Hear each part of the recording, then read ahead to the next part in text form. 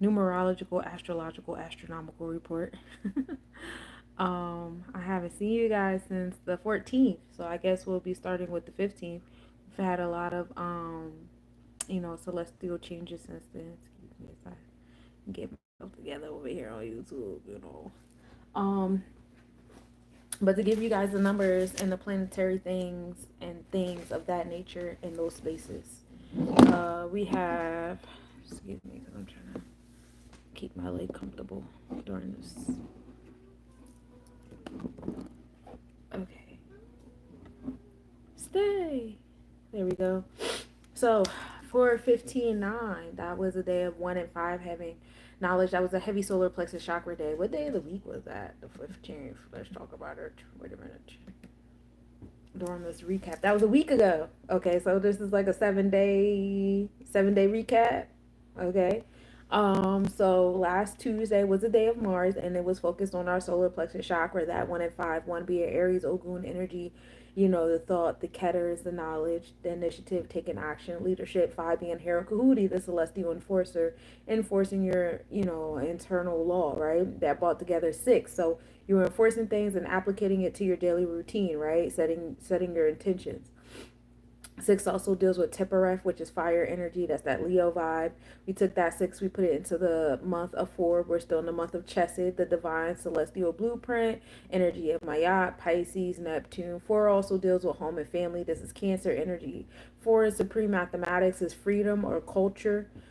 Creating that foundation of things. Things are usually based on the squares, bricks made out of, 4 corners. So that's all of the force, the celestial blueprint. So we took that 6, put it into the 4. It equated to knowledge in our soul for overall knowledge. We took that into the year of 9. This is the year of Yesod, giving birth to things. 9 deals with Cancer energy in the tree of life. Again, giving birth to things, focus on the reproductive self. 9 also deals with Sagittarius energy, which rules over the sacral chakra, still dealing with your reproductive self, right? Generosity, joy, philanthropy, expansion, abundance, long-term planning, but in that space of gaining knowledge, not knowledge, more so wisdom, what I'm saying? More so the expansion, what I'm saying? In that chokma energy. But yeah, so we're dealing with that Jupiter and Cancer sense of belonging type vibe, and we see that heavy because the sun has been in the 4th house, all of this year, what I'm saying, focused on whatever, celestial space it's in, whether we were in Capricorn, Aquarius, Pisces, Aries. Now we're in the Aries. Now we're in the Aries constellation and the Taurus zodiac. So being in a balance between those two spaces, we're still in that 4th house of a sense of belonging. So we're gonna stay in that space, right? But yeah, we're in the energy of 9, which is Yesod, which is a giving birth. So we took that 6. What you guys notice is whatever we put into the 9s, we're gonna get right back. Hey, no one, Hey, Flu. Hey, Andres. Hey, Dr. Soda. Hey, Spammy. Peace to everybody on TikTok. I can't see you guys as you come in and go out. Hey, Wanda. So yeah, so we have that 6 from the 1 and 5. We put it with the 4, which was 1. We had a space of knowledge. Of course, we want to give birth to this knowledge that we've created with our solar plexus chakra and applied it to our Tippereth, and we put it into the cosmos, and that gives us knowledge in our cipher right back, which overall is knowledge. So last Tuesday was a day of 1, taking initiative, that leadership, that knowledge energy, right? Then we come into Wednesday, day of communication. Now we have intellect on the 6th, right? Now we're in that Tippereth. Coming back to 15. Hold on, y'all. Celestially happening. We did have a Scorpio moon. We were in the 11th house with the moon, so in this space of transformation and society, your sense of belonging in that space. The equation of time, which is the solar time minus the watch time, was 0. So the sun transited at 12:59 p.m. The activity of the pie puppets begin. Their max activity is actually on the 24th of April, in the puppets constellation. Also, Saturn entered Draconic Aries, so the spiritual energy of the collective Saturn vibe. Saturn deals with authority, the root chakra, discipline and order, the challenges that you go through that help you create that sense of discipline and order and things of that nature. is undergoing like spiritually a new beginning. I talked to you guys about that a multitude of times, that as you guys see a transformation in the CEOs and COOs and CFOs and, you know, different governments and, you know, the ownerships of different currencies, et cetera, happening in the physical world. The same thing is happening in the non-physical world as well. You know, we look at that through the Draconic chart. So Saturn is officially in Aries on the Draconic chart. That means that we'll be in Aries energy on the tropical soon enough. You know, we have, you know, another year or so with Saturn being in the Pisces constellation. Um, so while these new beginnings are happening in the mindset as well as spiritually, in the physical events of things, it is still going to be like, you know, dreamy, subconscious, you know, hidden agendas, still things coming out onto the horizon about different people, places, things, situations, entities, organizations, bloodlines that we've been giving too much power to, or just power at all, just different things coming out, you know, uncovering, unraveling as we start to move into that space of new beginnings, Aries, that Aries deals with, right? All right, so now we come into the 16. Now we have knowledge on that 6 that we created with that 1 and 5 we did the day before, right? Remember I told you 15 makes 6, which brings us to Tippereth, health, wealth, daily routine. So now we have knowledge and we're taking action on that health, wealth, daily routine, on that Tippereth energy, which brings us to 7, which is a number of balance and harmony. 7 is Netzach in the tree of life. This is Het Heru. This is Venusian energy, the celestial designers making things all pretty and how we want it. 7 also deals with Oba energy, the Libra scales, law, justice, truth, and righteousness. 7 in numerology brings you more inward. Now you're dealing more with your spiritual self, and it can put you in a space of isolation and solitude. Like that's definitely, you know, a thing. So we take that 7, we're going to put it into 4, which is the month of Chesed, the divine blueprint, that Neptune Pisces energy, that sense of belonging, home and family with the 4, culture and freedom and supreme mathematics. And that brings us to 11. So as you guys get, you know, as you guys learn to add up that 7 to the 4, it's going to bring you to a sense of mastery. You're going to take that energy of mastery and put it into this year of 9, because why wouldn't we want to give birth to the energy of mastery, right? And that brings us to 20. That's bringing us to wisdom in our cipher, right? Because 11 and 9 is 20. So now we have this wisdom in our cipher. We have this chokma. This is what the universe is telling us we need to focus on to give birth to this mastery. So that Wednesday was a day of wisdom. It was a day of expansion, abundance, dealing with that chokma energy. Now, as far as the celestial, you know, calendar was going, we were still in the moon of Waning Gibbous, and it was a Sagittarius / Scorpio moon. The moon in Dashuba were at minimal angle and conjunction. The moon in Graphius where it's at conjunction, and the moon in Ant Aries. So you had the moon going through the Saturn and Mars flavored um, you know, kind of stars, and then comes into, you know, Jupiter and Mars with Ant Aries. The Graphias and Dashuba can be pretty harsh stars. Once we get to Ant Aries, it gets a little softer, you know, kind of like that hindsight, expansion, and abundance comes with that, taking action on it. When I think about the moon going through Scorpius constellation and the stars that it touches, it reminds me, what I always say in my head is like it's like a Power Rangers episode where you have you know, the little monster growing, the Power Rangers come and fight it, then they have to bring out the big Megazord or whatever, and then at the end everything gets solved, even the things in their personal life, and that is the moon in Ant Aries. And so, you know, get to the end of the episode through that. That's where my mind goes when I think of the moon and the Scorpius constellation. I think of a Power Rangers episode. Mercury and Neptune were also in conjunction on Wednesday. Mercury rules over our throat chakra, how we listen, how we speak, how we teach, how we learn, our moral and integral code, our habits, all that fun stuff is Mercury, and it was in alignment with our dreamy like self, which is Neptune. You know, anything that's hidden beneath the surface, the subconscious and things. So invoking people spiritually, invoking people in their dreams, communicating different things in your dream, like, you know, space. Wednesday was a great day for my spellcasters with that Mercury and Neptune. That conjunction and minimal angle happened that day too. The activity of the Lyrids began. Their max activity was actually today, and they move about 18 an hour from the Lyra constellation. Mars was the largest distance to the sun at 6:12 p.m. And Mars is between the Gemini and Cancer constellation, below the Serpents constellation, which is pretty cool. So the evening visibility of Juno begins, and that's located next to the Libra constellation. Juno lets you know what it is that you need in a bond to want to stay in it. You know, Juno is like the Roman Hera energy. You know, Hera did everything but leave Zeus. So it's like what puts you in that mindset to move like that. The sun entered Draconic Taurus at 1:30 p.m. So now you have like the spiritual collective experience in alignment with the Taurus energy of balance between the material and the non-material world, the spiritual world, emotional world, that balance between love and wealth, you know, being determined, being stable, slow and steady.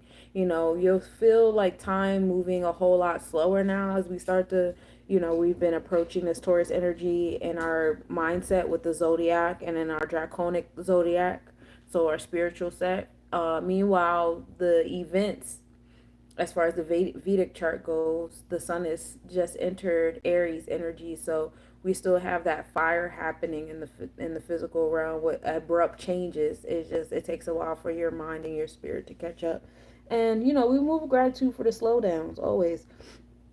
Juno enters Scorpio zodiac at 1:30 p.m. on Wednesday. Again, Juno was given that Hera energy, transformations happening. So certain things that, you know, was good enough for you to stay in a relationship, in a bond or whatever, it ain't good enough no more. And again, it's not looking good. It's not looking good for a few people that's laying up next to you and still giving you the bare minimum that the last person was giving you, you know, transformations and empowering transformations at that happening in those spaces. You demanding more, you wanting more, you deserving more. And we love it here. So peace to you guys that felt that Juno and Scorpio and told such and such to kick rocks on that day. That was a wonderful day to do it.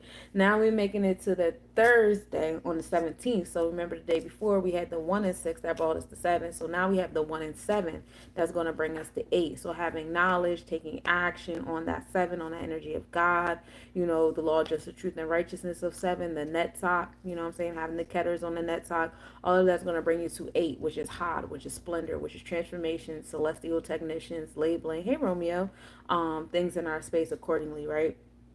We're going to take that 8, we're going to put it into the month of 4. It's the month of Chesed, the divine celestial blueprint, home and family, dealing with the 4. That brings us the 1 and 2, knowledge and wisdom. That brings us what? Understanding. So now we're on the 3 of understanding, creation, and emotion. Hey, Zion.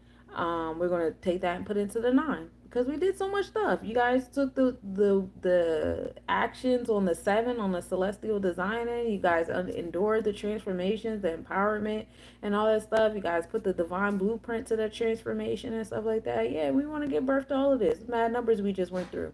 And so when you put that 3 into the year of 9, Yesod, giving birth, it brings us back to knowledge and wisdom, because 3 and 9 come together and make what? 12, right? So it takes you back into knowledge and wisdom, taking action on you know, your chokma, your expansion, your abundance, your philanthropic stuff.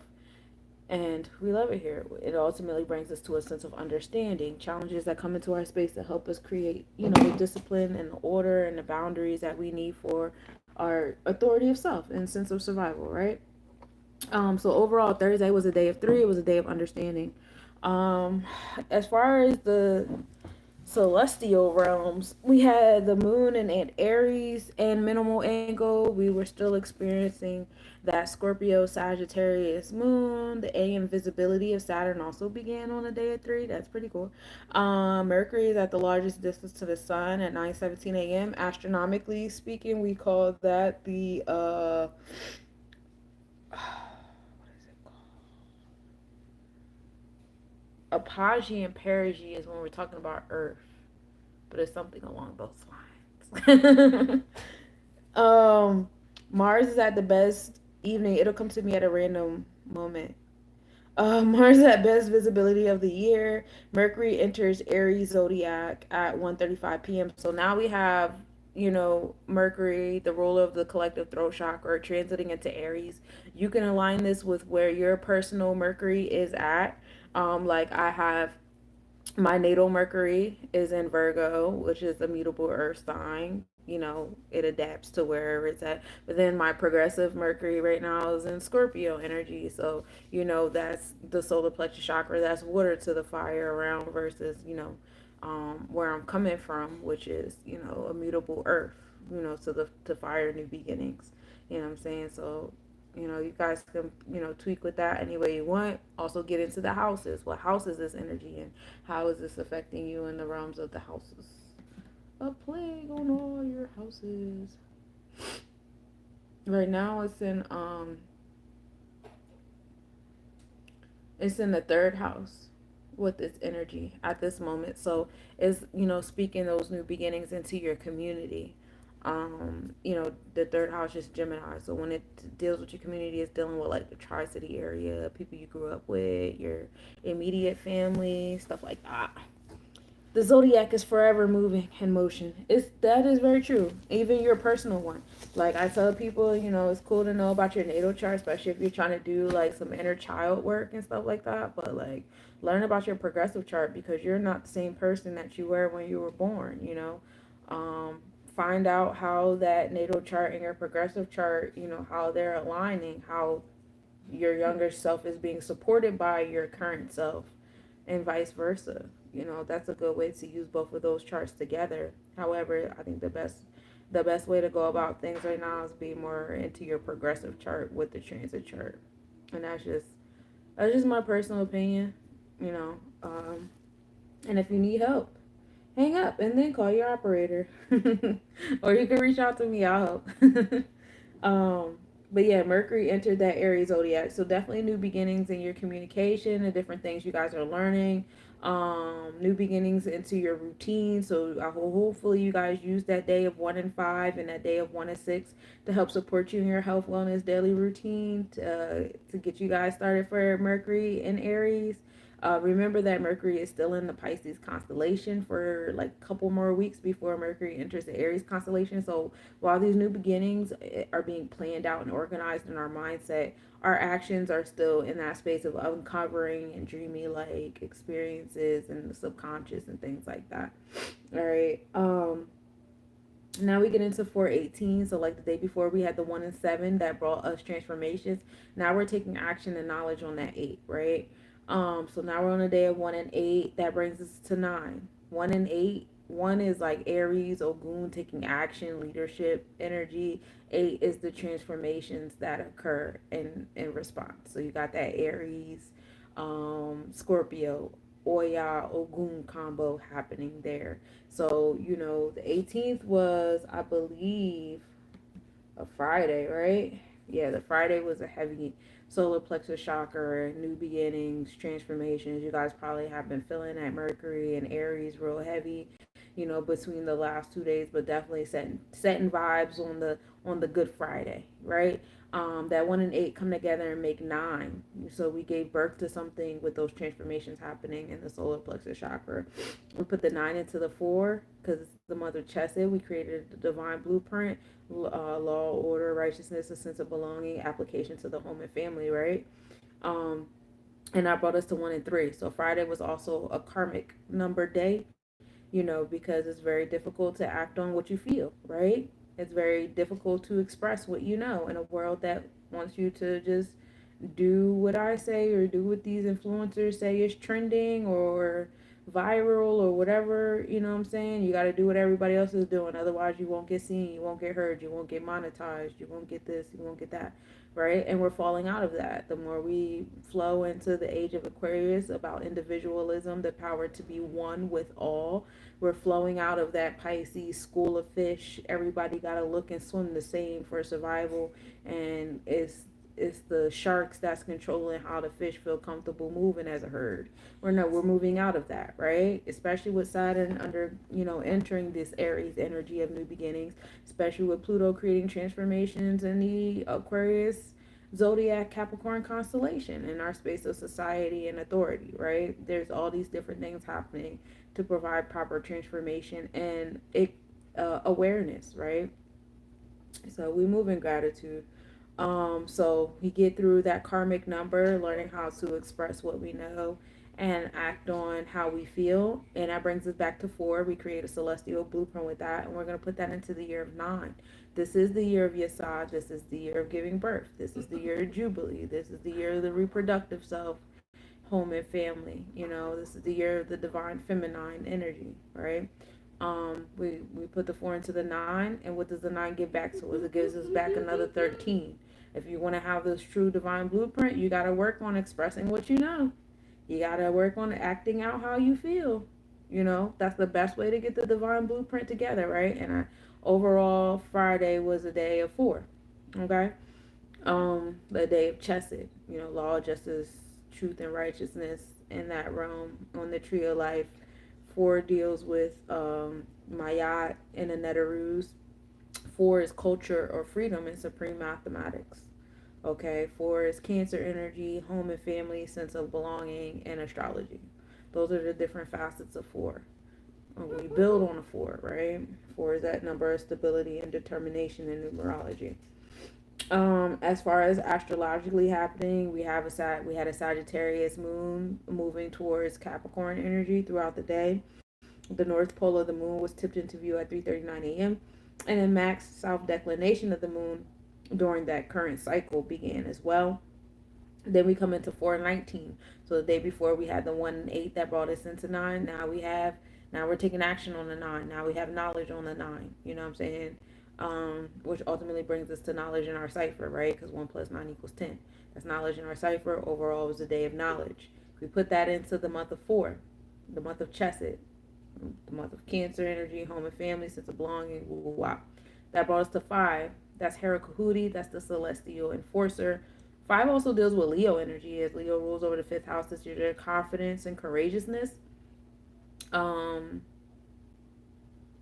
Your creative self, into romantic, your dramatic self, all those different things is the 5.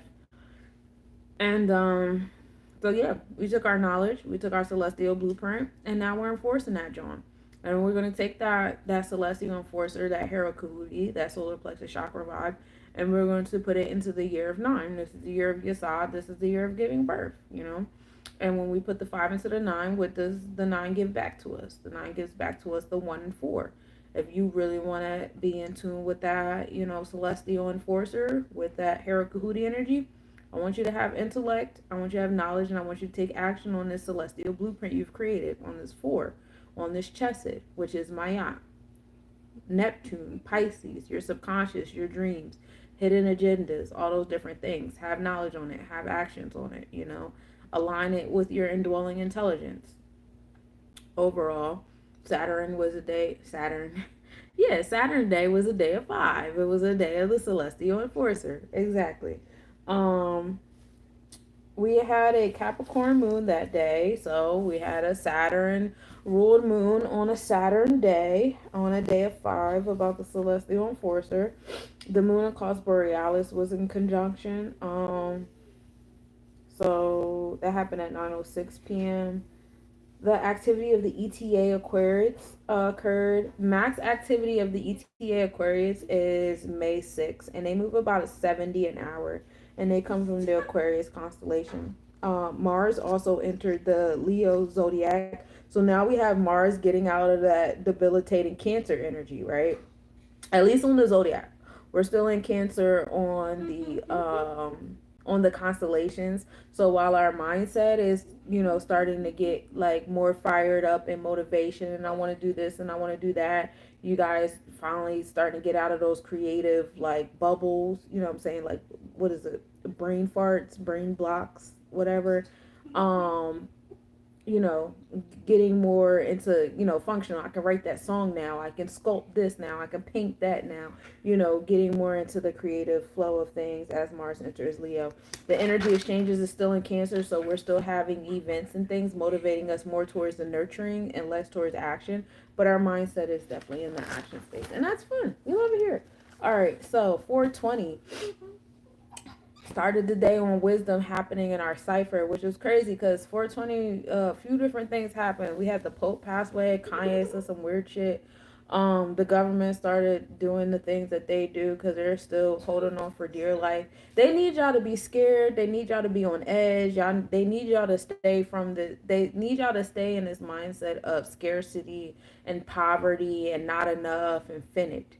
And they need you to be there so that they can, keep pulling the strings. But the moment you guys stop sitting in that mindset and like after a while it kind of gets annoying. It's like, oh, another story that's supposed to make us scared of being broke.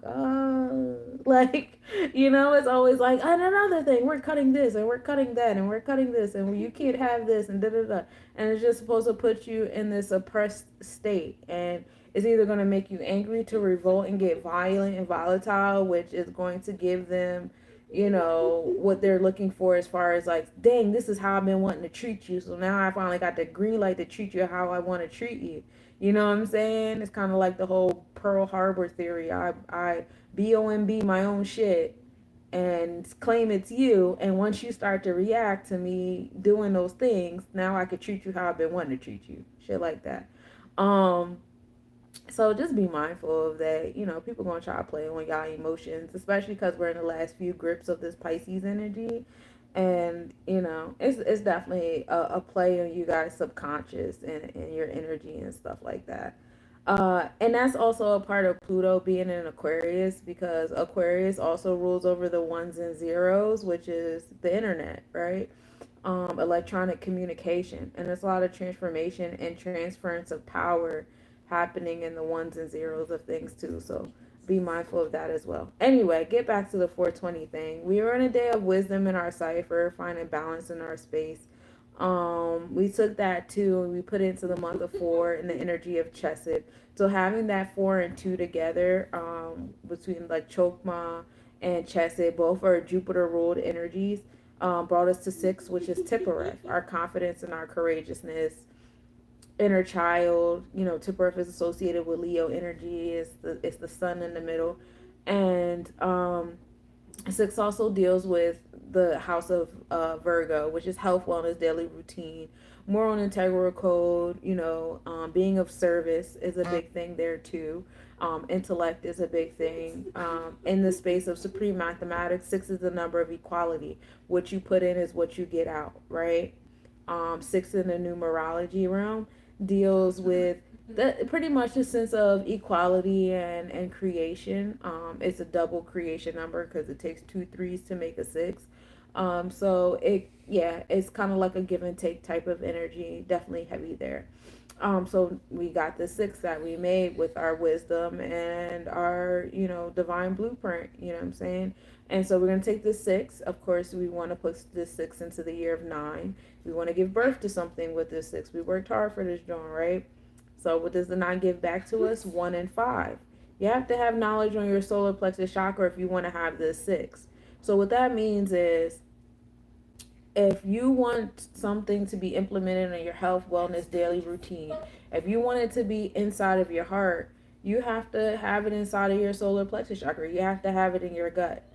It has to be a part of your indwelling intelligence. You know what I'm saying? The gut controls the mind. Everything starts with the thought. Transformations derive from whatever the gut is doing. If the gut says it's time to fight, if the gut says it's time to flight, if the gut says it's hungry, if the gut says it's irritated, da da da, what kind of transformations is going to occur on the outside due to that? You know what I'm saying? That's what the 1 and 5. One can be associated with Aries, Ogun energy, taking leadership. One is also associated with Ketters, knowledge. 5 is associated with Hera Kahuti, still bringing us to the Aries, Mars energy. The celestial enforcer in the Netarus, as well as in the tree of life, whatever one you want to look at. 5 also deals with Leo energy, confidence and courageousness, and we love it here. Many have parasites in the gut. Yeah, that's a part of the game. That's a part of the chess game. If I fill you up with a whole bunch of bullshit, you have a bunch of parasites in your gut. Your gut is telling you when you're hungry and when you're not hungry. You know what I'm saying? And it's not even really you. It's the parasites. That's why you get like a lot of overeaters, people eating junk food. I can definitely tell when there's stuff in my gut that shouldn't be there, because I start craving ridiculous things and I start overeating and I don't feel good and I'll fast for a while. Um, what is it that they're saying now? Like papaya seeds are good. I just don't eat. I just fast, and then I'll put myself on like salads or a liquid diet or something like that, and I could feel it. You know what I'm saying? Yeah, binge eating munchies definitely. And if I have a bunch of parasites in your belly, I can control your mindset and how you're behaving. What you're ingesting. What makes you angry. Like them people that be acting crazy in the McDonald's drive-through, pulling people through the window and shit, like stuff like that. Like that's good. And if you notice, a lot of the fast food places and the restaurants, they utilize solar plexus chakra colors, like different shades of yellow and golds. They might have a blend between the lower three chakras, like the red, orange, and yellow. They might have different blends of those things. McDonald's is a big one that's yellow. Burger King is like a more of a darker gold color, but it's still the solar plexus chakra. I know Applebee's is like red, and you might see like some dark yellow golds. Might even play with like some yellow brown type shades or whatever. Yeah, color theory, psychology is a big thing. I learned about colors in theater and in psychology. I did theater, I did both, and yeah, they all the colors that's being utilized is definitely intentional. Like, don't overthink things. Like, not overthink, but like overlook things. Don't overlook things because these people are very intentional. They have people in marketing and that specialize in these things. And I'm in college learning about this shit. So I can only imagine somebody that like went to graduate school and been doing this for years and stuff like that. They're probably like way more versed than I am and probably know way more, insights to the different sounds and frequencies and color combinations, all that stuff to invoke you guys that are watching to do what they want you to do. You know what I'm saying? So be mindful of that. um Everything is intentional. And one thing I like about the Neteru book is, even in the beginning of the book, they say like when reading a book, even reading in this book, you got to think about like the author. Why would the author want to write this book? And this is how I think about everything. Like I think about this with like trailers, music artists. Like why are you making music? What motivates you to make music? You know what I'm saying? And for the people that are publishing you and helping you, what does it benefit them to make sure that your music is seen and heard? Especially when I hear destructive music. You know what I'm saying? Especially when I watch destructive television shows and commercials, and now on social media they got everybody thinking that they have like mental disorders and you can't control yourself, and everything's just happening around you and to you. It's a lot of taking away from your power. And it's just like, what do certain certain people are putting certain algorithms in place so that this energy could be seen or heard or replayed more than others. So it's just like, what does like the energy that's like, supporting this benefit off of listening to this? You know what I'm saying? I think about stuff like that before I engage, come up with my own things. But anyway, let's get back to this 420, y'all. So the 1 and 5 is what the 9 gets back to us. Overall, 420 was a day of 6. 420 was a day of Tippereth. Working on your health, wellness, and daily routine. Working on your confidence and courageousness in your heart.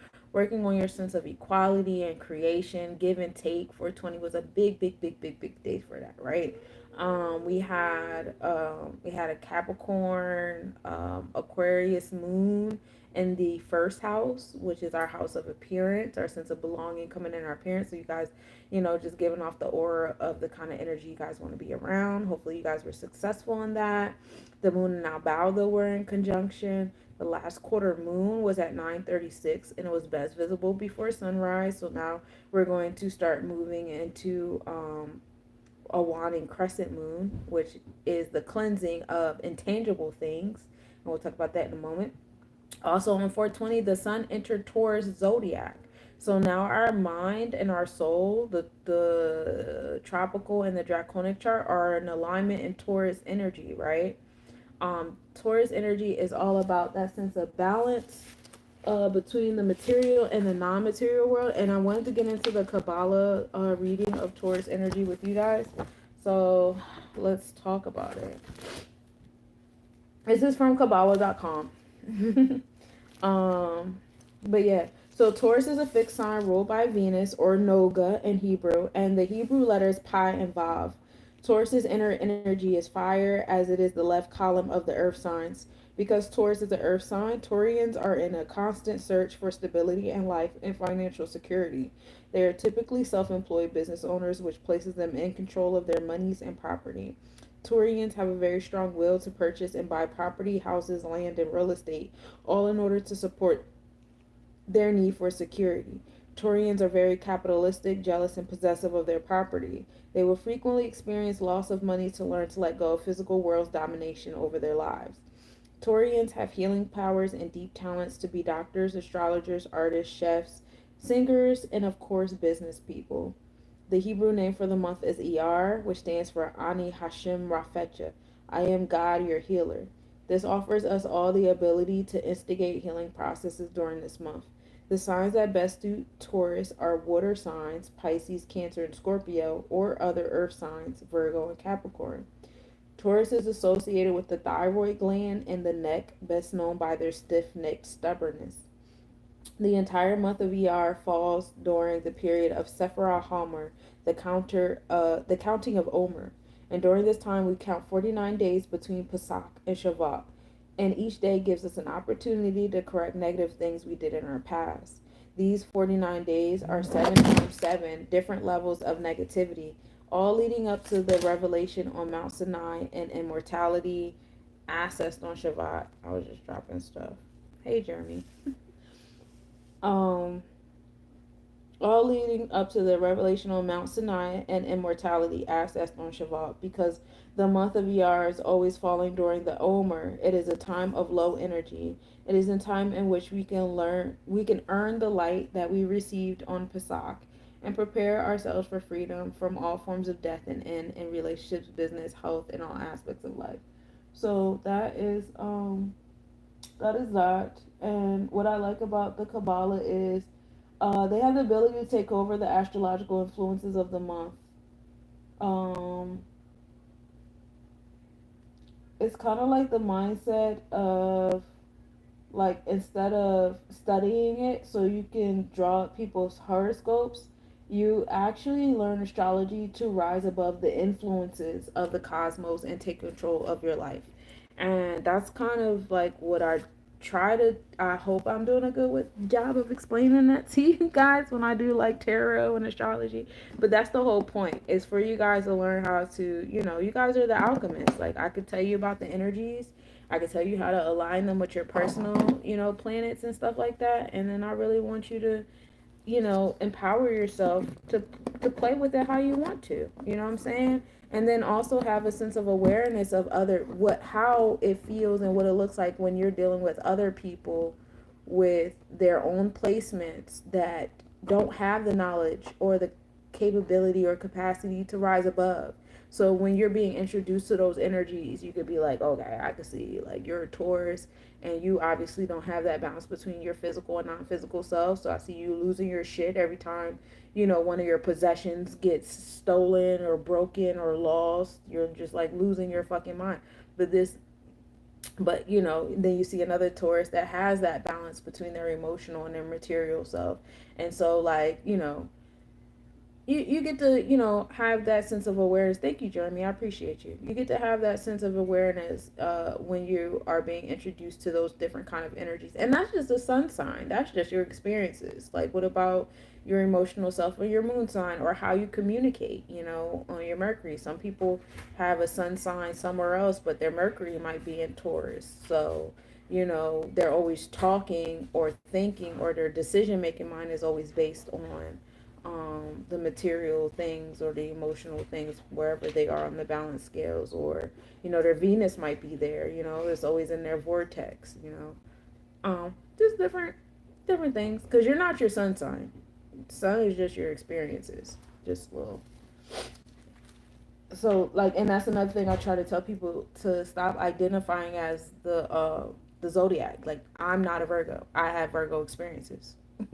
My sun is in Virgo because once you create that severance, it helps you kind of ingest your experiences a lot better instead of identifying with them. So you come out of that, why did this happen to me? Why is this happening to me? You got to sever that tie a little bit. Like, okay, I see how in control I really am and what I can do and what I'm in power of and woo wow. It's fun there. But that's up to you. You don't got to do it how I do it. Um, so then we come into 421, which was yesterday. That was a day of 2-1, wisdom and knowledge, which ultimately brings us what? Understanding, expression, communication. Very big emotional day yesterday and creating stuff. We love it there. We're going to put that into the month of Chesed, the celestial blueprint. That brings us to 7. That's Netzach. So once again, we are in that energy of Venus, you know what I'm saying? The celestial designers making things all pretty, the Heru and the Netarus. We take that 7 and put it into the year of 9 because we want to give birth to that 7, right? And what does the 9 tell us we have to do? It gives us the 1 and 6 back. It's like, okay, if you want to have this celestial blueprint, what you're designing here, you have to have this knowledge. You have to take action on. I did it right? Because it's 7 goes into 9, 1 and 6. Yeah, you have to have knowledge and take action on that tipper, that health, wellness, and daily routine, that moral and integral code, your sense of equality, 6 is that Leo energy. Ultimately, the 21st was the day of 7, which was the day of Netzach, the celestial designer, Heru, Oshun energy, all the things of the heart, Venusian vibes. We love it here. On this day of 7, we started the day off with a last quarter moon. It was an Aquarius / Capricorn moon.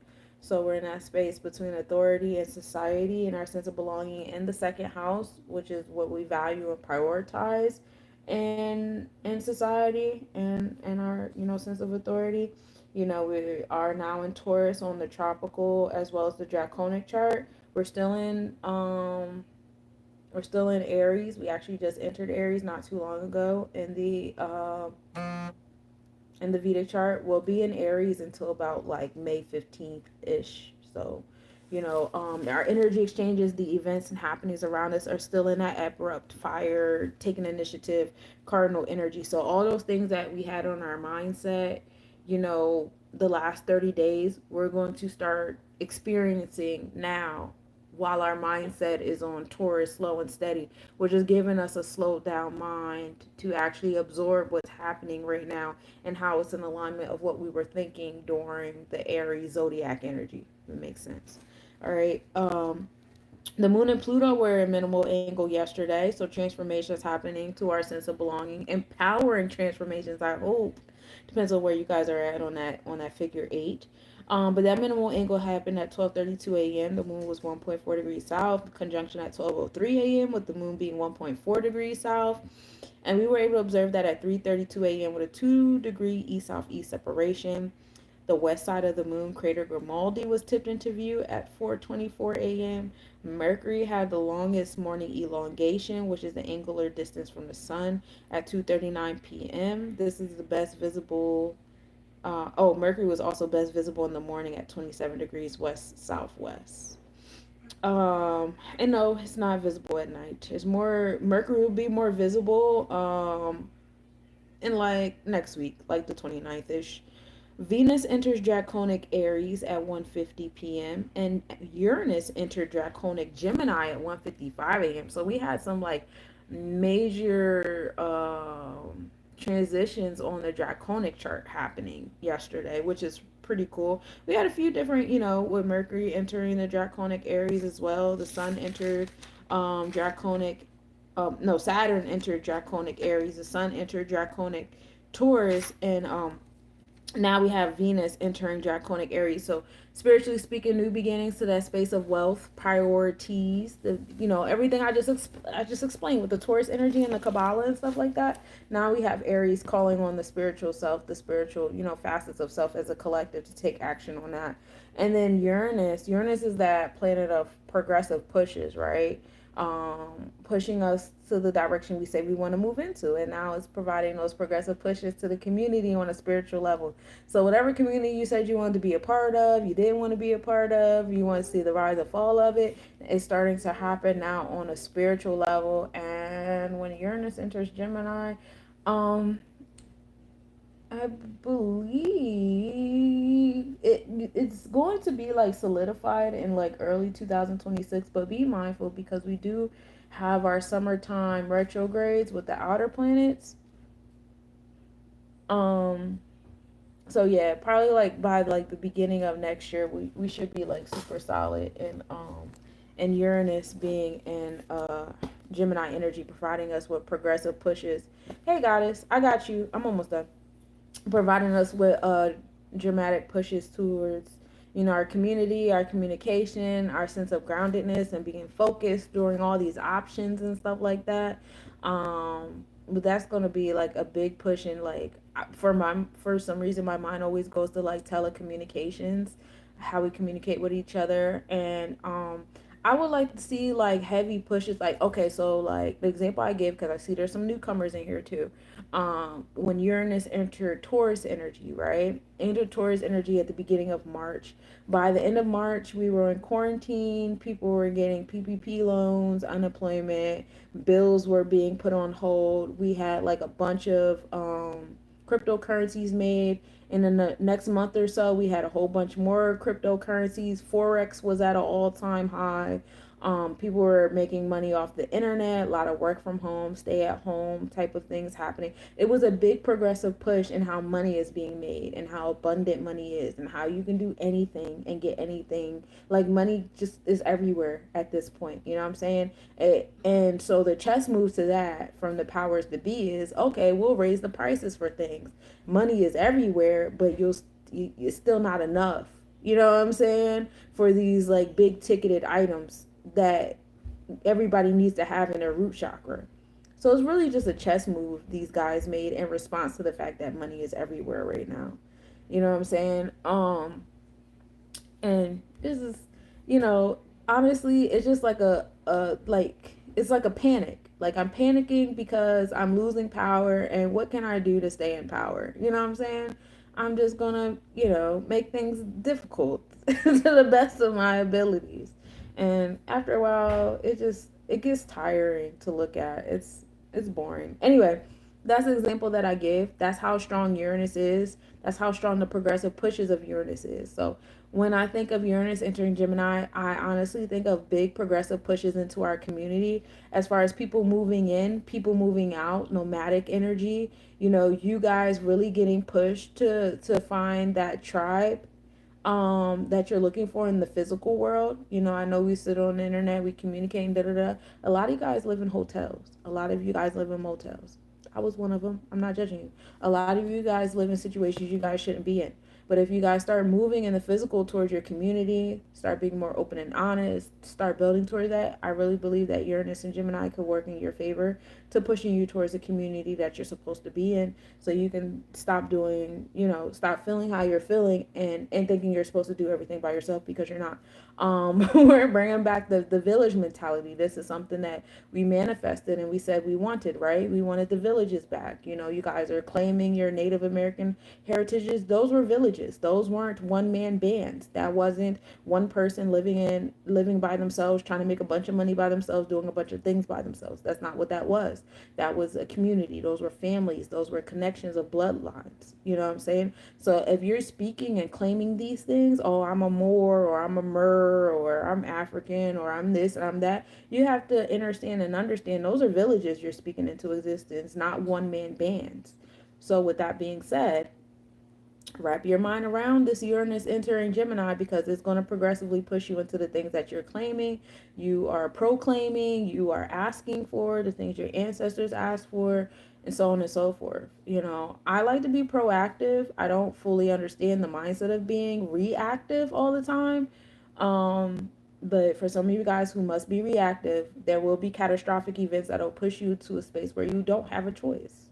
You don't have a choice but to be around the community. It might not even be the community that you want, because you played with your thumbs.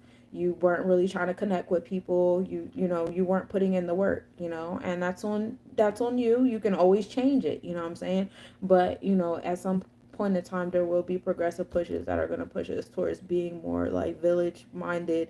You know, I grow tomatoes, you grow potatoes. You know what I'm saying? This person makes clothes, this person makes candles. It, you know, and I think it's rightfully so. You know what I'm saying? We don't like the corporations, we don't like the tariffs, we don't like the taxes, we don't like what's happening with all the warehouses and the trains that are transporting chemicals that, you know, are very destructive to our environment. How these things are being built in neighborhoods and people are getting sick, the warehouses and the ports and stuff like that. You know, we don't like any of these things. So, you know, what happens when they all get eradicated? It's progressive pushes for you guys to be more self sufficient. You know what I'm saying? And we see that. We see that with the dismantling of the federal government now putting a lot of pressure more so on the states, which ultimately, you know, if you guys governors anything like ours, this governor on his way out made sure that he put all the things that he's supposed to be in charge of onto the cities, the counties. You know what I'm saying? Especially when it came to housing. The state of New Jersey never had an affordable housing you know, department. It's always been, you know, playing chess ever since slavery, literally ever since slavery. Like, you could look up the history of housing in New Jersey. It's utterly fucking disgusting. Um, and now in this very moment, you know, there's backlash with fighting against housing. Like, there's has nerve to be municipal people in municipalities that are fighting against, you know, that equal housing. You know what I'm saying? Which is like knowing the history of the housing in the state of New Jersey and seeing where people's mindsets still are, baffling, but also a thing of Uranus and Gemini. You're starting to realize who your neighbors are. You know what I'm saying? The communities that you live in, how they really think and how they really feel. You know, how they really categorize you.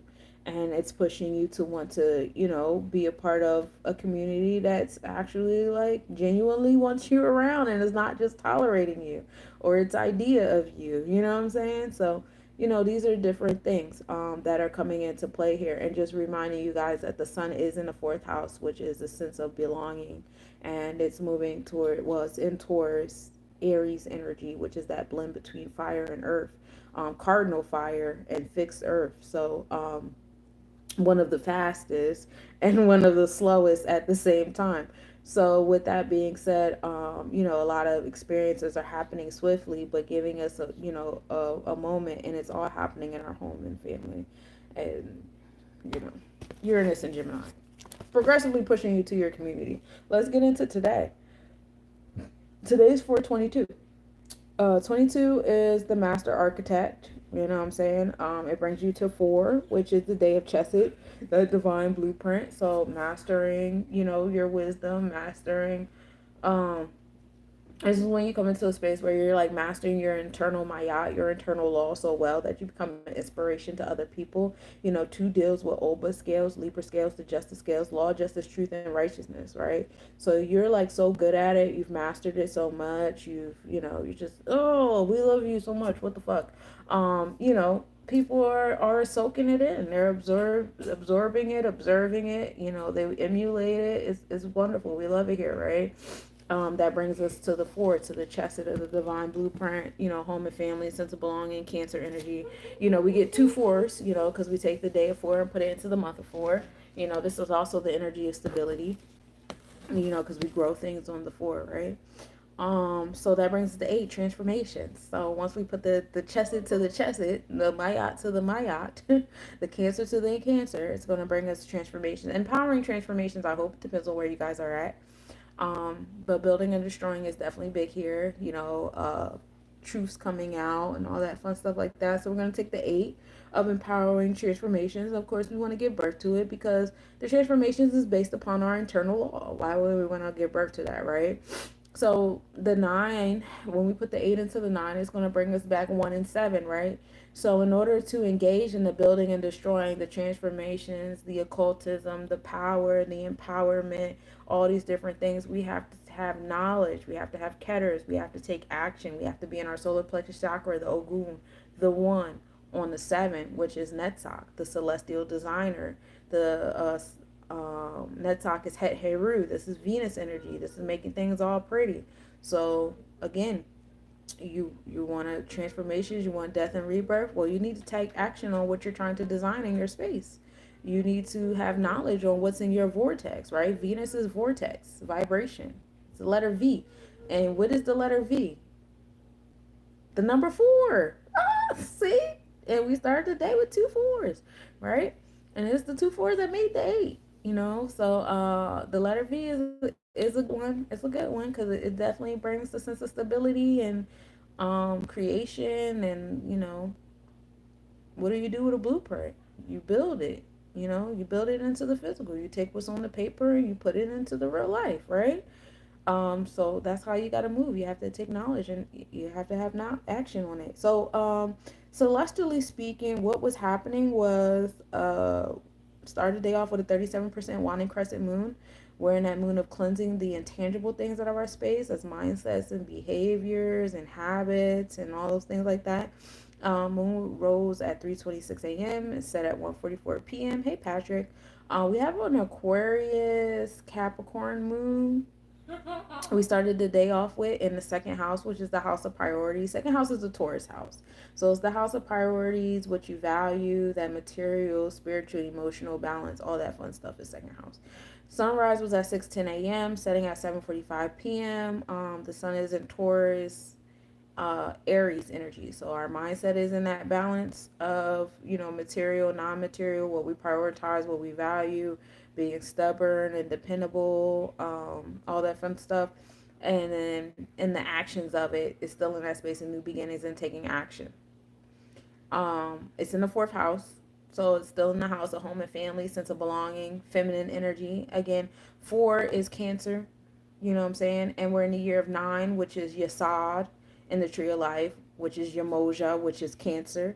So, you know, you see how the mathematics, the numerology aligns up with the astrology. They all still line up.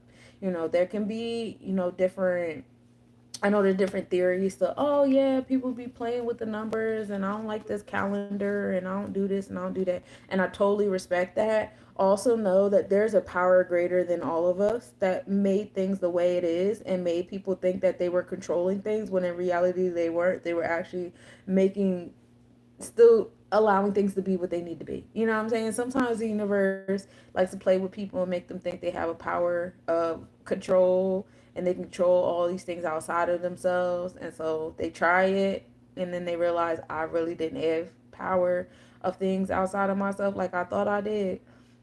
And I would like to think that the calendar and a lot of the different things that got jumbled up in translation through the rise and fall of empires is definitely a big one. Because it's just certain things that's just inevitable, you know what I'm saying? Certain natural cycles are inevitable, and you can change the language, you can change the books, you can change the calendars, you can do all of that, and you still can't defeat what's inevitable, you know what I'm saying? Because that's finite and this is infinite, you know. um but that's just me. I know some of you guys are still in the year of one. Some of you guys are in the year of nine, but it's in a whole different kind of realm. It's not in the 2025. It's in a different year. But either way, you know, it is what it is. Where was I?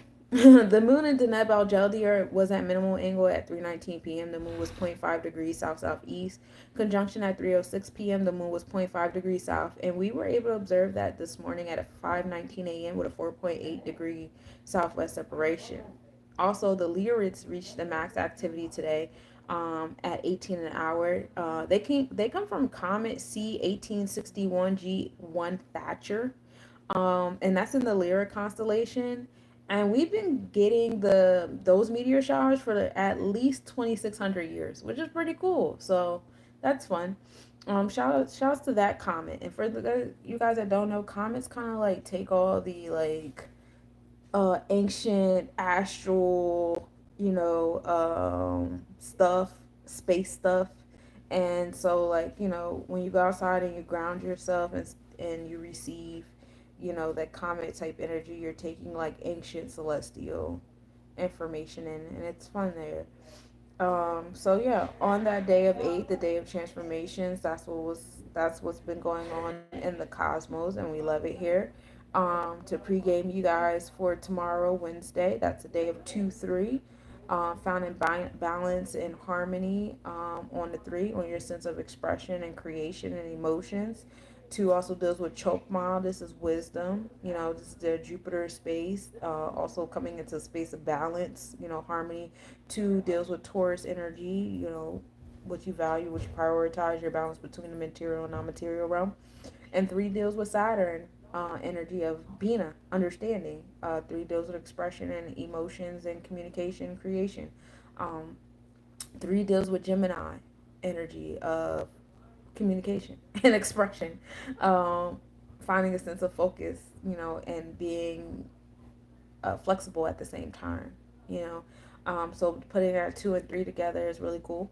You know what I'm saying? We have entered the third decan of the month. This is the decan of creation and expression and understanding.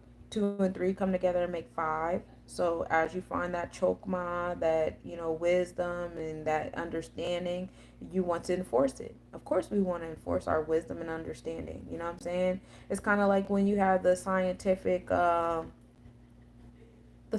method, right? And you get the knowledge. The knowledge is like the apple that fell on my man's head to make him even think about, a hypothesis for gravity or whatever. You know what I'm saying? So I got this knowledge, and then you get the wisdom from doing the experiments. You know what I'm saying? And collecting all the data and doing the different kind of observations, qualitative, quantitative observations. That's where you're getting the wisdom. It's expanding, right?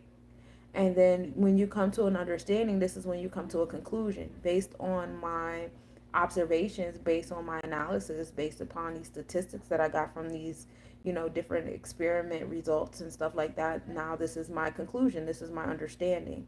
So that's like a cool way to think about knowledge and wisdom and understanding, is to put it into that scientific method type, John. By the time you get to understanding, you should be in the conclusion. And so now you're enforcing, right? 2 and 3 come together and make 5. That's Herakahuti, that's the celestial enforcer. Now we're coming into Ogun, Mars energy, right? So now I'm enforcing what I understood. Why am I enforcing this? Because I did the experiments. You know what I'm saying? I got the notes. I did the tests. I got the statistics. I did the observer. I watched this shit happen over and over again. You know what I'm saying? I watched the variables and the dependent and independent variable. I did it. I did the work.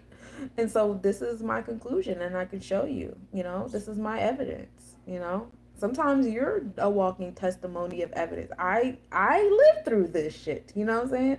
This is my understanding because this is what I went through. And that's why Saturn deals with your root chakra and what you're rooted in the sense of authority and stuff like that, because you're talking about your sense of what are you standing under. You know what I'm saying? And we live in a realm that wants us to stand under what they want us to stand under. That's why, like, when you get pulled over by a car, where you go into a courtroom, or when you're talking to people that want to flex their authority, like the teachers and the principal, the people that like to stand up and stand over you and shit, they always ask you, do you understand? And in that, I say, I don't understand. I can comprehend if you want me to comprehend. I hear you, but I'm not standing under anything you're saying. And some people aren't fully aware of what they're saying when they say that. They've just been trained to say it, and they've been trained to realize that you need to say it in return. They don't fucking know why, for real, for real. You know what I'm saying? Some people are just trained monkeys. You know what I'm saying? It could be. Sometimes it's really just that simple. Some people are just trained flying monkeys.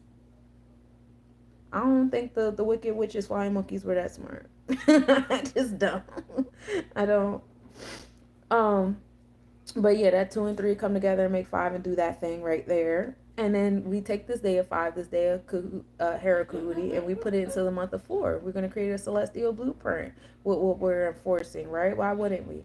4 also deals with our sense of belonging, home and family with the Cancer energy. 4 deals with my yacht, Neptune, Pluto space. Oh, they got a new thingy now on TikTok. Oh, that's cute. Instead of doing the puzzle piece, I gotta slide the circle on the circle. Cool. Um, 4 deals with that sense of freedom and culture and supreme mathematics. So, we're building blocks, with the 4, stability. It's a very stable number. And so we're going to take that 5, that enforcer, and put it into the divine blueprint of 4. And that brings us 9. We're going to give birth to something. Yay! When you align that solar plexus chakra and that sacral chakra together, you're gonna give birth to something, and we love it here. Nine deals with your sign. It deals with Sagittarius, Jupiter energy. There's no number higher than nine. Nine is born in supreme mathematics. Nine is your Sod, which is your Moja, and the Neteroos and the Tree of Life. It depends on how you want to look at it. And so we get two nines today. Bless you. Because we're going to take that nine, we're going to put it to the year of nine. And the year of nine is going to be like, okay, if you want to give birth to this, you got to focus on the 1 and 8, right? So now we have the internal and external solar plexus chakra heavily involved. You know, 1 is that Ogun, that fire in the gut. 8 is the transformations that happen in response to that gut. That's why they say Scorpio energy is transformations in a sense of power, because like 1 is the fire. So the fire in my gut says, hey, I want to do this. I want to do that. I want to go here. I want to go there. Well, 8 responds to that by creating transformation. Everything out here is water, you know, water based or whatever, different layers, densities, water, chemicals in the water, whatever, fuck, I don't care. But it's all water, right? You're water, I'm water, things out here are water. And so, yeah. And so, you know, we create the transformations based upon how in tune we are with our gut. Some of you guys ignore your gut. Sometimes you guys just don't care what your gut is talking about. So transformations still occur on the outside of you, but they're not the transformations that are in alignment with what you have wanted within the, you know, the fire you have within yourself. Some of you guys, you know, like one thing, one, you know, layman's example I use is being hungry. Your gut is on fire, it's hungry, so you create a bunch of transformations and make yourself something to eat to quench that fire. So, you know, you allow the water and fire to flow with each other. Not one has to get rid of the other, you know. So that's that Scorpio Aries connection, you know, between the internal and external solar plexus chakra. You know, the fight or flight response is a big one. You know what I'm saying? Some of you guys have that flight response and you ignore it because you know, you maybe your solar plexus chakra is off. Maybe you don't feel like you can control yourself, or maybe you try to control everything but yourself. You know what I'm saying? It depends on where you're at in your solar plexus chakra. And so like the transformations around you might not be in alignment with what you wanted inside. You know what I'm saying? You too busy trying to control things outside of yourself. You didn't fully, you know, relieve the fire within. You know what I'm saying? Stuff like that. You know, you get in tune with that. But yeah, that's the 1 and 8. Overall, tomorrow, Wednesday, is a day of 9. I will see you guys again on Wednesday. I promise I'm going to start coming back. I had to take, you know, some days off. You know, I had some events I want to like prepare myself for. And I don't know, I just wasn't in it. I've been really tired. I was fighting my sleep all day today too. It's the Taurus energy. Uh, I wasn't really rising above the cosmos. I was kind of flowing into the sleepy. I ain't gonna hold you. Hey, Lady Sunshine. I was allowing myself to flow into the slow and steady and just laying around. Um, but yeah, so overall, today's a day of 9. Today is a day of giving birth. You know, today's a day of Sagittarius energy. You know, that philanthropic, giving, generous, optimistic, sacral chakra, give birth to something today, which is cool because it's a Wednesday. You know, September is in the 9th month. You know, I know these, oh, Sept means 7. And, you know, well, Sept is 7. And when we go from September to, well, we go from Virgo to Libra, we enter the 7th house. We enter that descendant line, which is the autumn equinox, which we experience in September. So again, even though they try to move things around on the calendar, it's certain things that are just inevitable. You know what I'm saying? Okay, so utilize September as we're moving into the 7th house. We're moving into the descendant line in this month. It's still the 9th month of the year, which is the month of giving birth. This is still the harvest month of the year, which, you know, we have the harvest moon and all the different stuff that happens. You know, we usually have, you know, our sets of eclipses around that time as well. So things like that. But yeah, happy day 9, y'all, on a wonderful, wonderful, wonderful Wednesday. Now, as far as celestially, there's actually no like major celestial transits or anything happening because we've experienced so much in the past 7 days between the tropical, Vedic, and Draconic chart.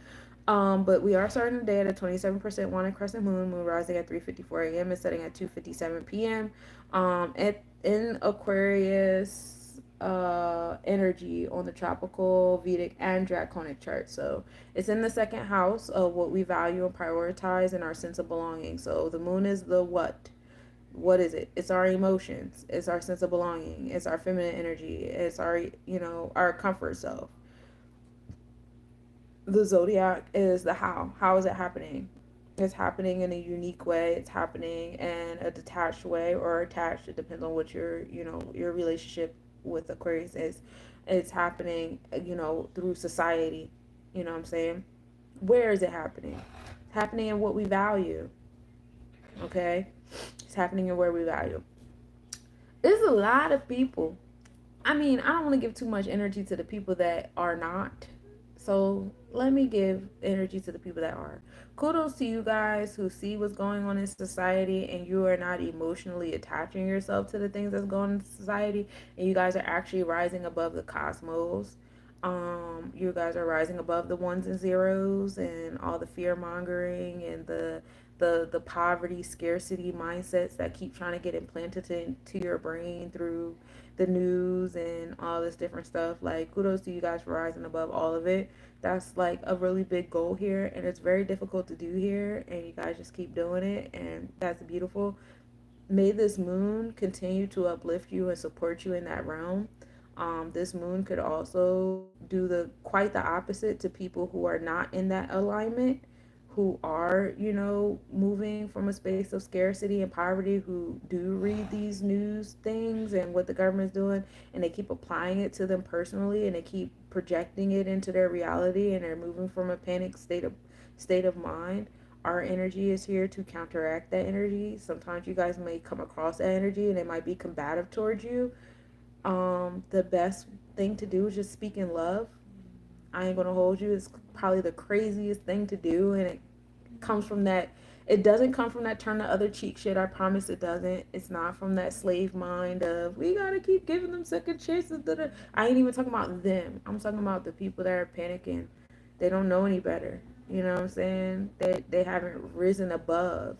They're in the mist. They're in the river of Styx, y'all. And so the best thing we can do for them is just speak in love and give them grace. And you can argue, but you're gonna be arguing with yourself because I'm not going back and forth with you, baby. That's one thing people be having to learn that the hard way with me. I'm not going to argue with you. I'm not interested. I will stop communicating with you altogether. It ain't no making up and we cool now or nothing. Like, no, I will never speak to you again. I don't understand why that's so hard. Don't bring that shit around here. Don't get comfortable bringing that shit around here. Because I think that's something that people, get messed up. Like, oh, we fell out. That means that we could fall out again and it'll be okay. No, it won't. No, it won't. Um, but yeah, that's not what I'm saying. You don't have to turn the other cheek for them to splat the other cheek. What I am saying is don't walk around with a callus in your heart, more so for yourself than the other person. You know what I'm saying? The kudos to you guys that's been rising above all of that. And that's just the moon. The sunrise will be at 6:09 a.m. if you're over here with me. Hey CM Punk. Sunset at 7:46 p.m. We are in the Taurus, 3 degrees Taurus zodiac. We are in 9 degrees Aries constellation, and we are in the Taurus and Draconic chart as well. And that's all in fourth house, home and family, right? So experiences going towards finding that balance between the materials and the non-materials. You know what I'm saying? Don't get caught up in your possessions. Don't get caught up in your emotions either. Find a balance between the two. Um, and your sense of belonging in those realms, your connection to your feminine energy and all that fun stuff. And that'll help you there.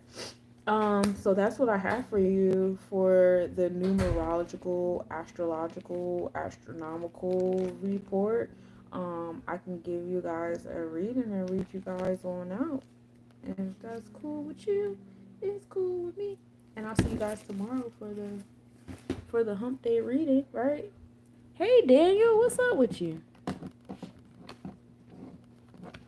I don't even know where I've been gone for so long. I don't even have all the things I'm supposed to have for you guys. Where is my planetary hour notes? Not that I don't know them by heart at this point. Kind of, sort of. I don't know. I don't know if I want to test the waters.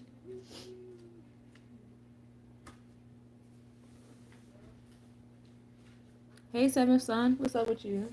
Peace. I'm about to give you guys your collective reading for the day. Before I let you go. Before I let go. Yeah, I don't know what I did with that, guys. I'm so sorry. So, let me...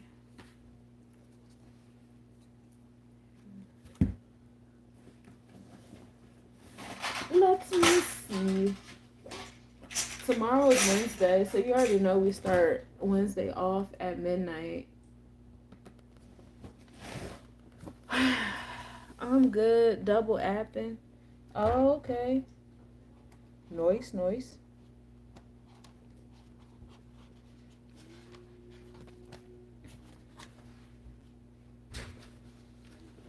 Nobody does that shit to your shit. Fucking weirdo.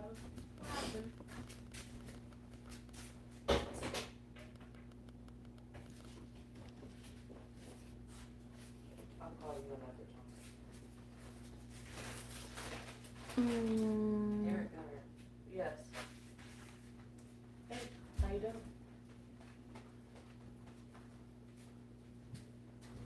I'm trying to find the tab, y'all. Hold up.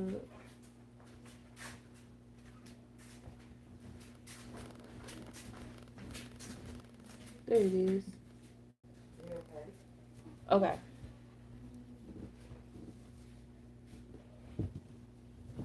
What'd I do with my pen that fast? Watching Goddess live. Oh yeah. She was about to versus me. I told her I'm almost done. I just had the damn pen in my hand.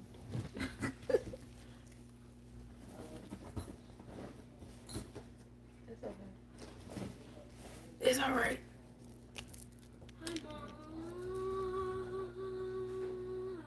Saturn, Jupiter, Mars, Sun, Venus, Mercury, and Moon. That's the order it goes in, right?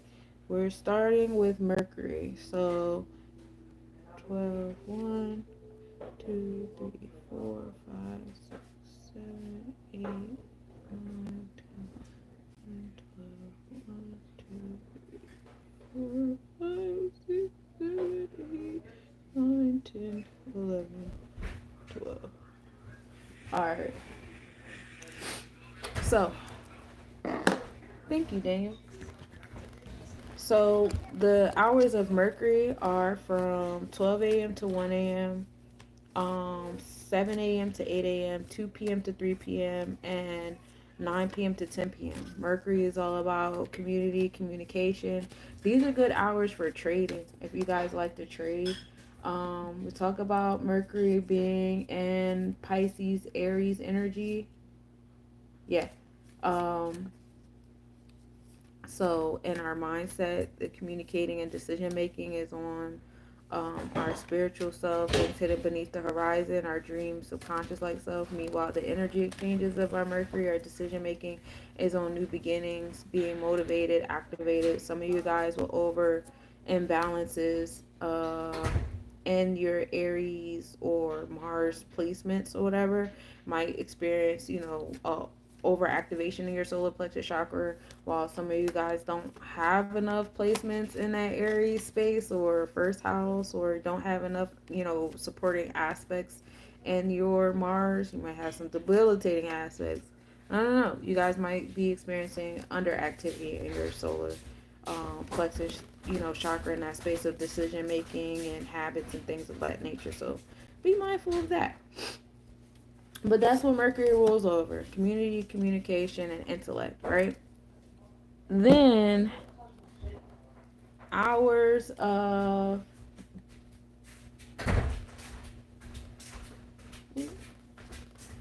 Sorry. the hours of the moon. Now the moon deals with your emotions, your home and family, your feminine energy, going inward, all those different things. Those hours are from 1 a.m. to 2 a.m. 8 a.m. to 9 a.m., 3 p.m. to 4 p.m., and 10 p.m. to 11 p.m., right? Um, Basically just what I said. Now the moon is sitting over there in Aquarius energy, and that second house, so what you value and what you prioritize between the physical and the non-physical realm. So your sense of belonging, your emotional self towards society, is is big there as far as like, oh, based on what society says I should have in my material possessions, based on what society says I should have in my emotional possessions. Who are you giving power to? Is a big thing there too. So be mindful of that. Um, the I believe this is Saturn. Saturn's hours are from 2 a.m. to 3 a.m., 9 a.m. to 10 a.m., 4 p.m. to 5 p.m., and 11 p.m. to midnight are Saturn. Saturn deals with long term planning. Saturn deals with like the different challenges that you'll receive that gives you the discipline and order you need to keep going. Um, Saturn, when dealing with Saturn, you might want to do like some disciplinary things, giving yourself some limitations, some restrictions, some rules and regulations, AVEX, all those different things. Jupiter's hours. Oh, rewind. Saturn, to remind you guys, is at a 2 degree in Pisces. We are closing up. We are like at like a 26 degrees in Pisces on the zodiac.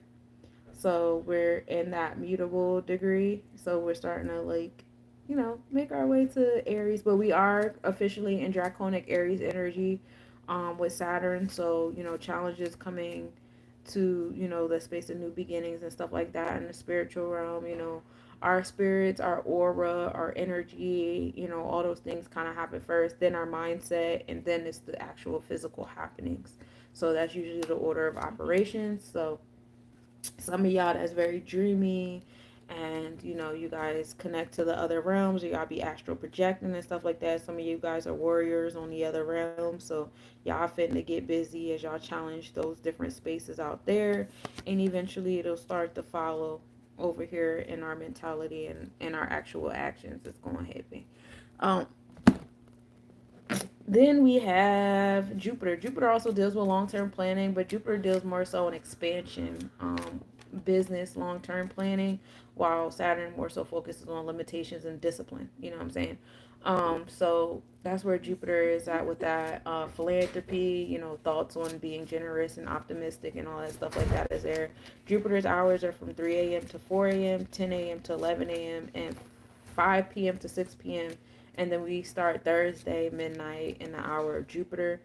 Jupiter is in Taurus constellation, so it's in the providing expansion and abundance in that, in the material, non-material realm. Like I was saying earlier in the live, money is everywhere. You can get money from anywhere. You could walk somebody's dog, water somebody's plants, to go outside and take pictures, and there's money there. You know what I'm saying? It's very expansive, abundant, whatever. And Jupiter is at this point,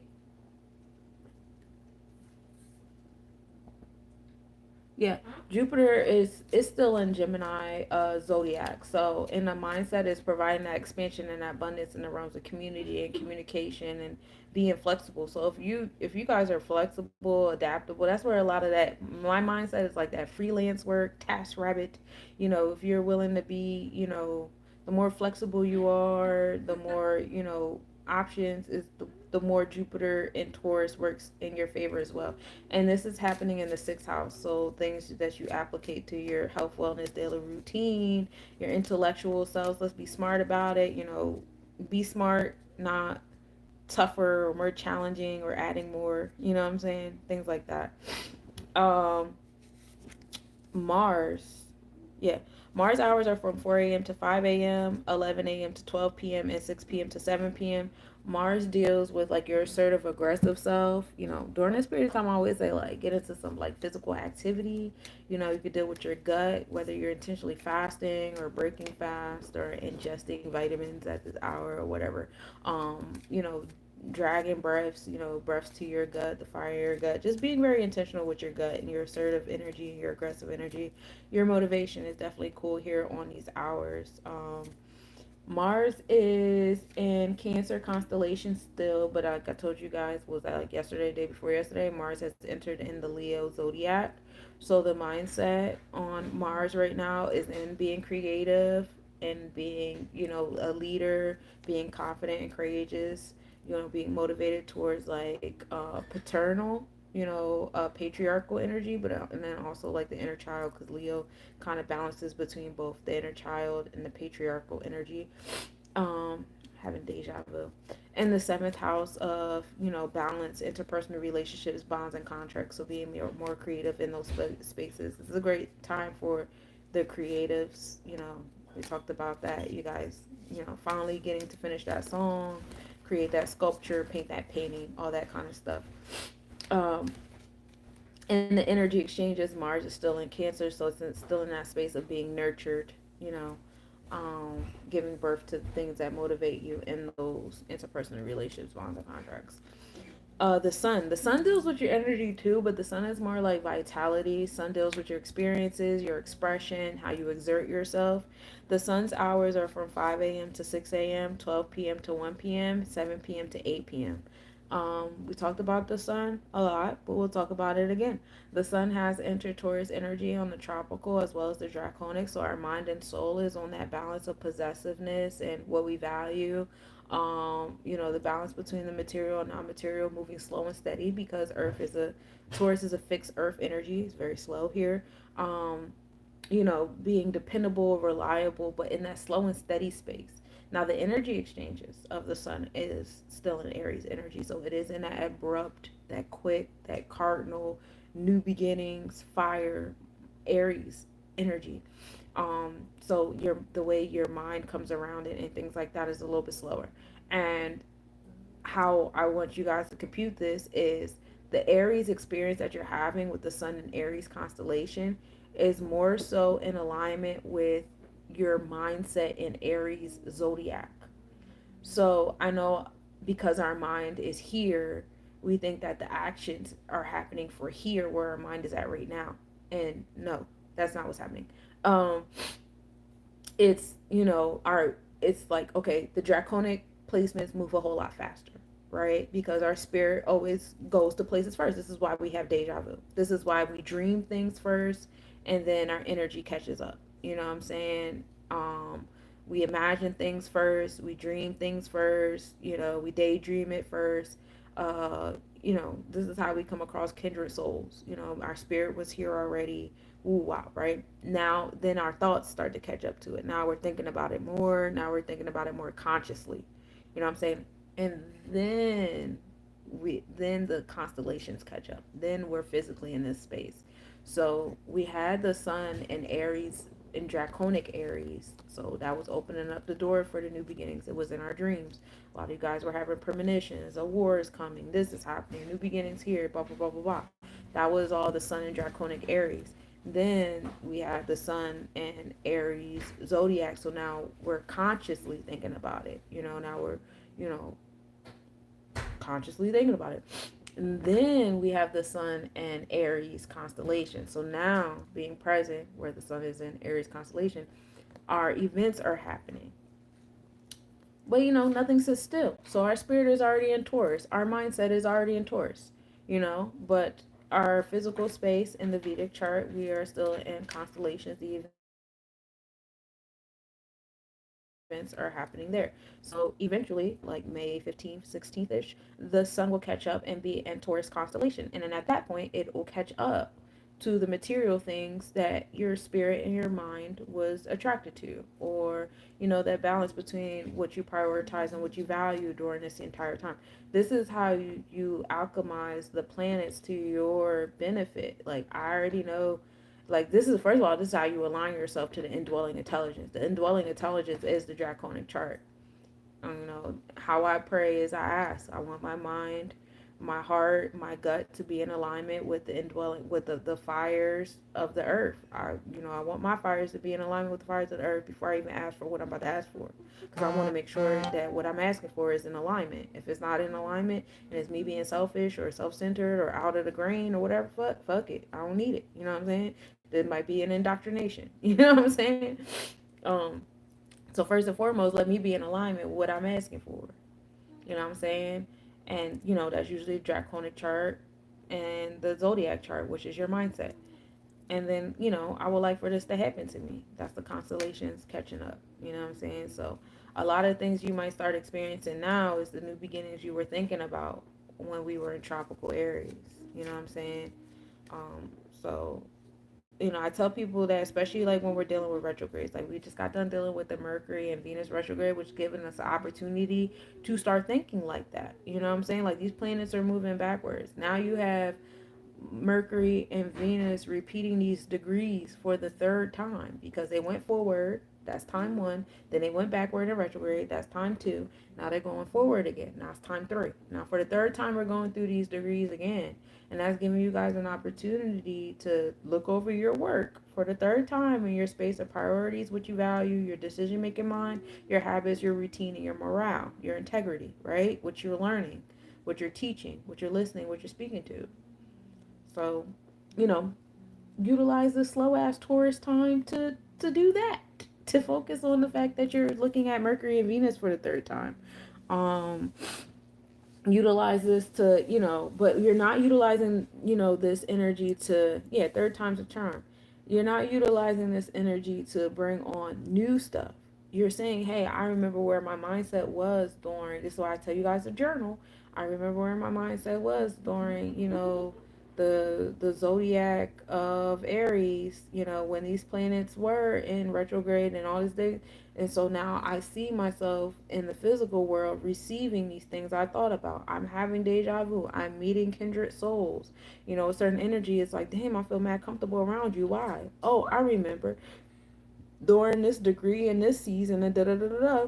I was over here doing this. My spirit was over here like this. My energy was over there like that. These different things was happening. Now here you are in personified form while we're in the zodiac. This also gives you like more insight on the interpersonal relationships that come into y'all space, especially for those of you guys that are looking for love. You know, if you were, manifesting that in Aries, tropical Aries, you'll probably start receiving options in this uh what do you call it, Vedic Aries. Now in this breath, this is, you can ask for more things or different things, like, okay, I've experienced these kind of guys, I realize it's not what I want. You're not going to get those kind of guys until you enter the Taurus constellation, because that's what you're manifesting for. You're manifesting for that Taurus reality. You know what I'm saying? Right now you're in the Aries reality, so you're getting what you manifested during the Aries zodiac. I tried to explain that shit like 3 or 4 times. I hope that you guys got it. I hope y'all got it. Take one of my energy awareness courses if I didn't get it to you. Uh, and that was Mars. We did the Mars, Sun. Okay, Venus. Venus hours are from 6 a.m. to 7 a.m., 1 p.m. to 2 p.m. Um, and then 8 p.m. to 9 p.m. We're inner energy of Venus, and I pretty much just did the shit out of Venus, and but that's your vortex. It's how you vibrate. It's the letter 4 for you. When you're dealing with Venus, it's a good space for creation, getting into your creative self. This is also for your romantic self, getting into your romantic pursuits. If you like making things, painting things, you're into fashion, jewelry, making music, whatever, that's all Venus stuff. I would do that during those hours. Um, Venus is in Taurus right now. Wait, no, it's not. I'm lying to you guys. That's Uranus that's in Taurus. Um, Venus is in Pisces. Uh, on the tropical and on the Vedic chart. We haven't entered Aries on the Aries zodiac yet. We're not yet. We're not back to the zodiac. No, we're in Draconic Aries, but we're not in Aries zodiac yet. So mind and experiences is still in Pisces, in that dreamy like state, in the subconscious, everything hidden beneath the horizon. In that space, the sensitivity is heavy here too. So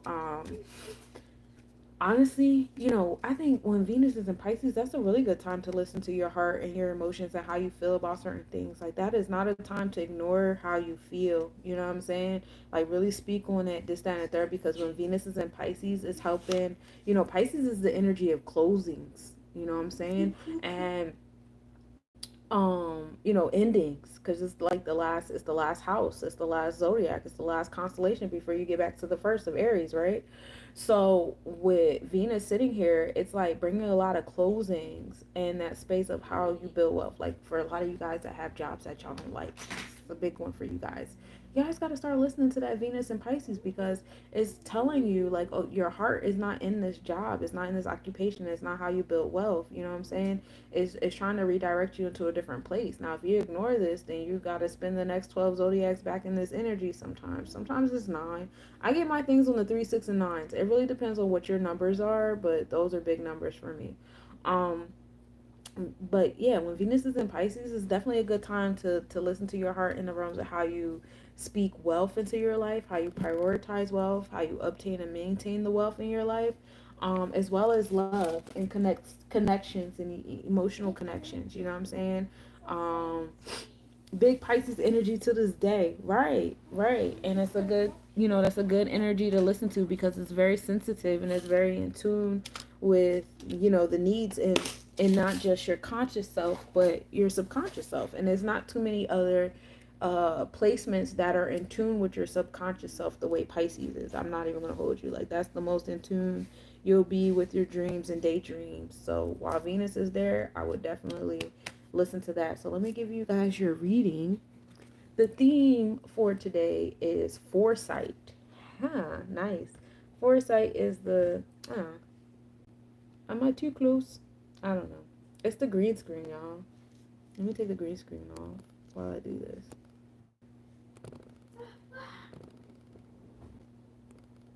There we go.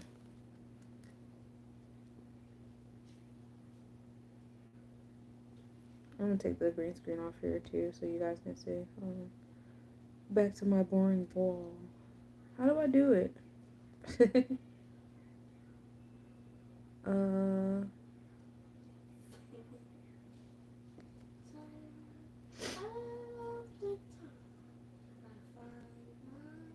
there you go. Background button.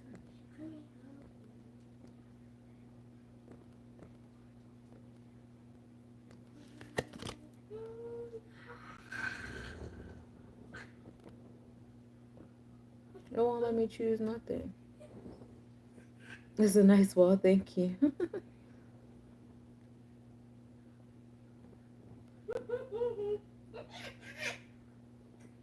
I don't know. I'm trying my best TikTok. But foresight. You want to pay attention to Uranus. Uranus, we talked about, is over there in Taurus energy on the tropical and on the Vedic, and focus on your Venus. Right? That's Venus. Yeah, Venus and Uranus, and we talked about those heavy today, especially with Venus and Pisces. And the numbers down here are 3, 6, 3, 6, 9. Just talked about that too. So foresight. Listen to sunshine. To expand on the foresight, what are we on? We are on the reverse Two of Wands, which is being choked out here by my man's that's at the top. So this Two of Wands is actually in reverse. So there's a sense of imbalance here that is, choking you out. This is what I came into. That's probably what I was talking about when I was saying you guys gotta listen to the sensitivities of your heart right now. Some of you guys are in positions that you don't want to be in. Your heart is telling you every day, like, I don't like it here. I don't like this person. I don't like this relationship. I don't like this job. I don't like where you live. I don't like these things. I don't like these things. I don't like these things. And you are just dragging them through all these things that you don't like.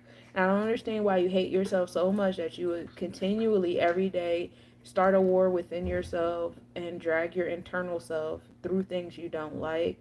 Um, I would say fix it. That this is essentially what you're doing.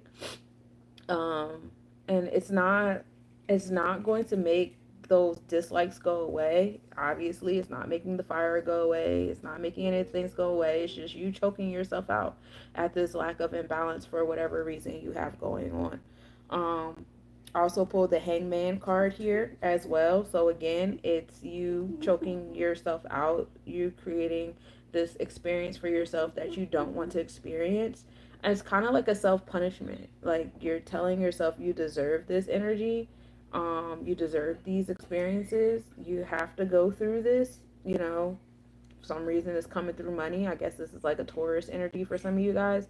I prioritize these things that are outside of myself more than I prioritize how I feel within about it. So I need to tell the within myself about it to be quiet and just deal with it, because this is what we have to have and this is what we need.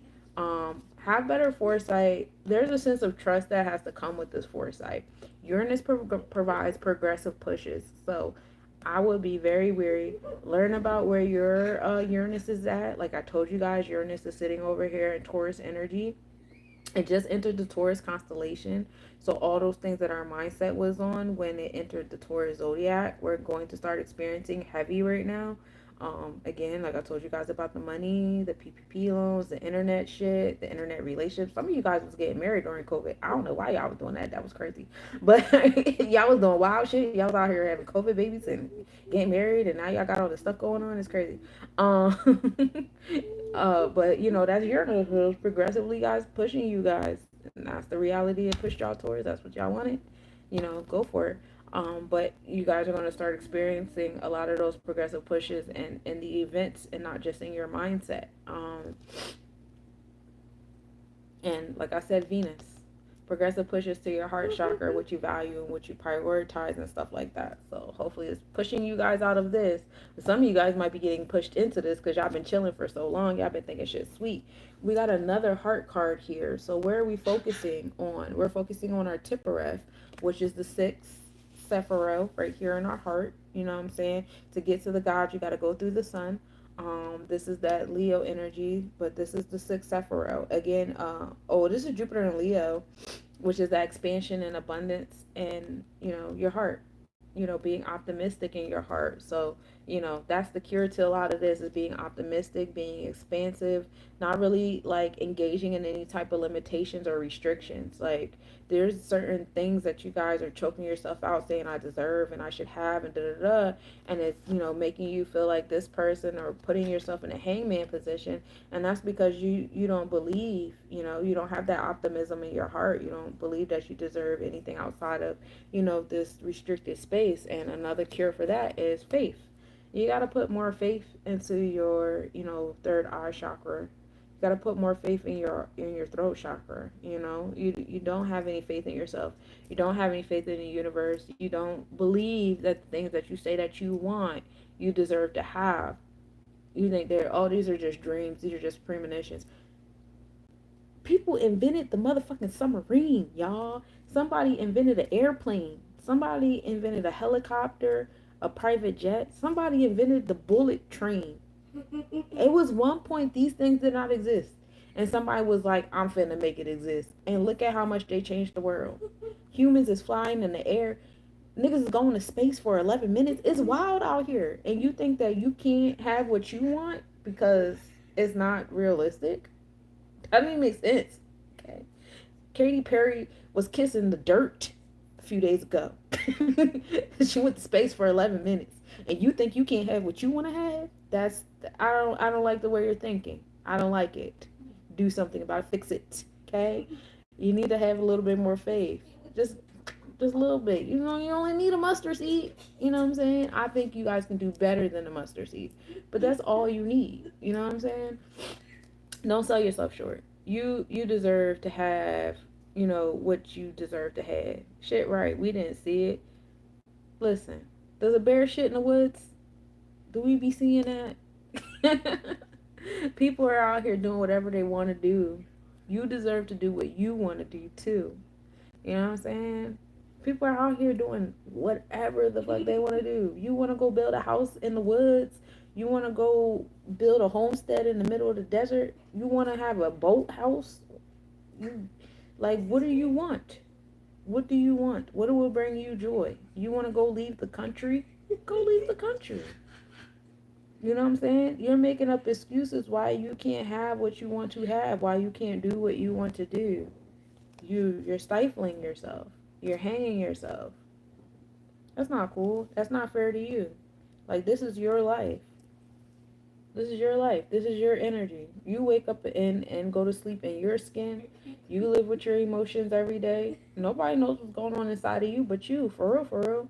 You can sit here and try to explain to somebody what you got going on inside of you, but that's the best you could do is explain it to somebody and hope they can really get it. But even then, they can't because they don't know all the different events and elements that had to come together to even make you in that moment to go through what you were going through and internalizing it the way you're doing it. The best I can do is project what I would do if I was in your shoes, but it's still not exactly you and yours. You know what I'm saying? You know, you gotta have some faith. A lot of shit happened for you to be where you're at doing what you're doing right now. Whatever it is that you're doing right now in this moment. Do you know how many people had to live and die and do different things for you to have what's in your room right now? What's on your body right now? What's in your hand right now? The thoughts in your mind right now? It's so much like, yo, the last few days I've really been thinking about my days. Like it was one time I was on a train. I was coming from Philly to Jersey. I missed the train. A train came late. I got on the train and the cops stopped the train trying to check everybody's tickets. Then the train stopped in the middle of the fucking light. Yeah, New Jersey Transit is ass, bro. Then the train broke down in the middle of the light. We were sitting there waiting for another train to pull us to the last train station. Then I had to wait for the next train that didn't come until two train joins later. All of this shit had to happen for me to get off at my stop and run into my friend at the train station. If none of those things would have happened, I probably would have never ran into my friend to have that conversation I had at the train station to see him. You know what I'm saying? Like, and that was the first thing I said when I saw him too. I was like, bro, you have no idea the amount of fucking things that happened for me and you to be looking at each other right now. You have no idea. Like so many things had to happen. I had to go to the small business expo. I had to leave.